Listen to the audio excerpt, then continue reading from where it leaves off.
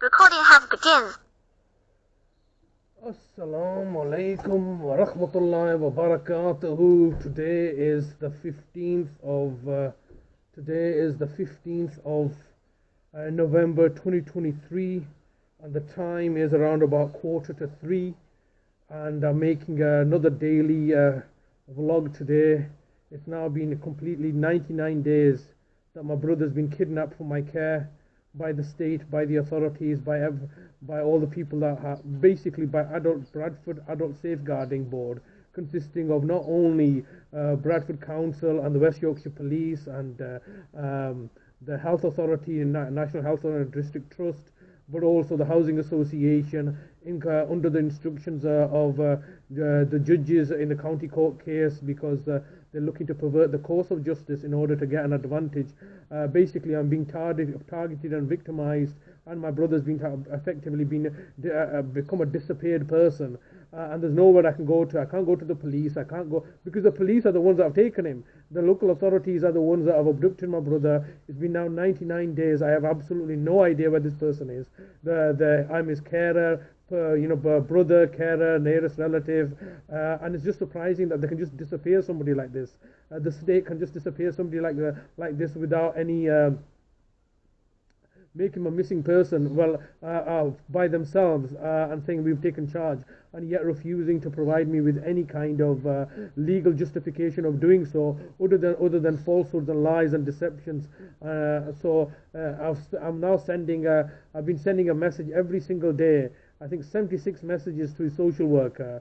I've been sending 37 messages to the city solicitor at Bradford Council, Mr. Graham Kenner, his social worker Christopher Browell, all being ignored. I'm sending the messages daily now to the police, asking them to tell me what's happened here. How can you take my brother like this? I don't know even if he's alive or dead like this. And this is all as a result of them being brazen about this fact that they kidnap people, because no doubt they kidnap children from families.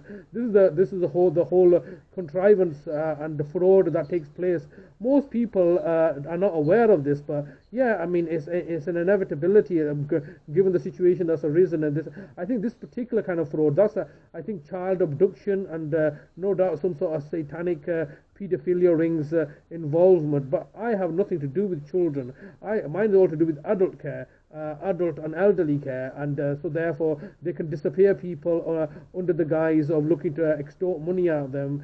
I think it's called guardianship fraud. I think in America it's called guardianship fraud. So basically somebody can just take charge of your affairs, authorized and sanctioned by a judge, who's obviously taking a buck. In my particular circumstances, there was a quid pro quo relationship between the local authority and the judges, Judge Geddes, and the justices Cobb and Cohen.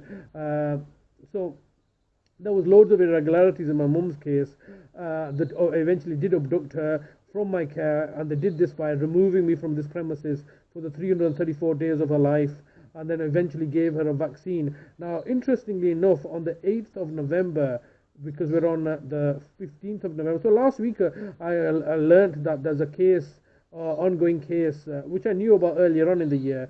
The families of those affected by the AstraZeneca virus vaccine are taking legal action against the authorities. That's in the news the other day, and yeah, obviously I myself have been affected by this, because my mother was given the vaccine in January, forcibly through a court order. So yeah, and now the NHS are refusing to tell me the circumstances that led to her demise. So yeah, we're here today. I mean, this is the thing. They've already ended my mother's life. They've already ended my brother's life, Nazim's life, in 2014, and now they've got sole custody.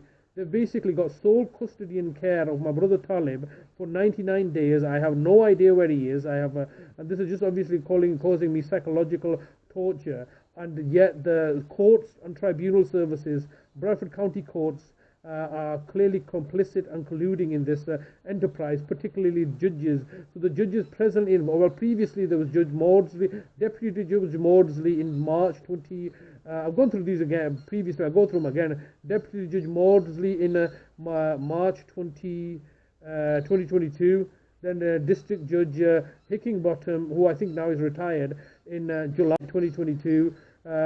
District Judge Foster, who proceeded in my absence to put an injunction order in place in September 2022, and then District Judge Wilcox in November 2022, and has been also involved in October 2023 and is now being involved again. But there's also the recruitment of District Judge Mitchell, who became involved in April, May time in 2023, and is also a party to this. And then obviously you got the Circuit Judge Grosnell, who's there to stamp down any appeals that I may put in place, as saying, simply stating the word, cryptic word, lacks completely without merit, and simply closing my any of my requests down. So this is quite clearly a perversion of the courts and judicial system by the very same judiciary being selling out and commissioning out the services to the local authority in order to achieve their nefarious agenda and narrative. And here I am, like I'm being, as I was saying yesterday, I'm being staged.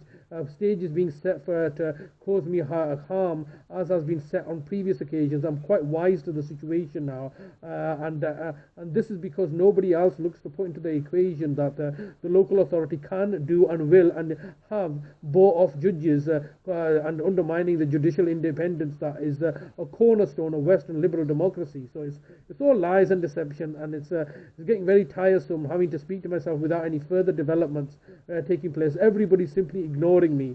What's surprising is that the lead probate office is also complicit in this and ignoring me. Everybody's simply ignoring me and allowing the situation to the present situation to remain, which is to the sole benefit of the local authority, Bradford Council, and the sole detriment of me and my brother Talib, and previously to my mother and my brother and my father. All of these things are, amounting up, and I fear now that this crescendo of issues that are ongoing are now going to culminate in something tragic happening to both me and my brother. If my brother's to die in the care and custody of the local authority, who has liability for his death?